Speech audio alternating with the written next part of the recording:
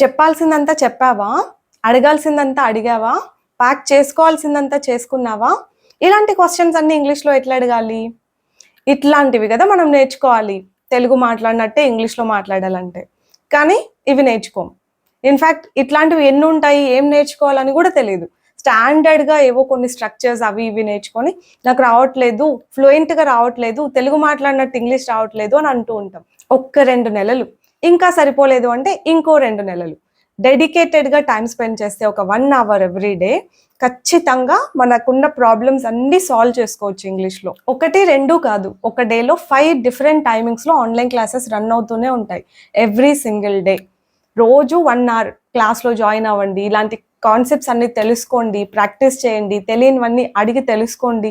ఇలా డెడికేటెడ్‌గా time spend చేస్తే ఎందుకు రాకుండా ఉంటుంది? బై ద వే ఆ క్వెషన్స్‌ని ఇంగ్లీష్‌లో చెప్పాలంటే, did you pack everything that you were supposed to?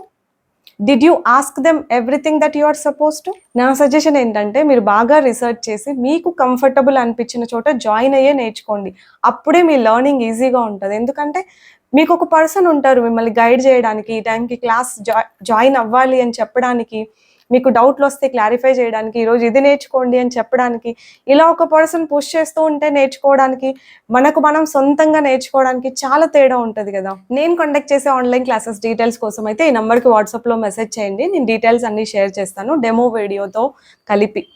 And మీరసలు తొందర పడకండి. మన దగ్గర ఈ మంత్ ఎండ్‌కి ఆఫర్ అయిపోతుంది. ఇంకో 2 రోజుల్లో క్లోజ్ అయిపోతాయి.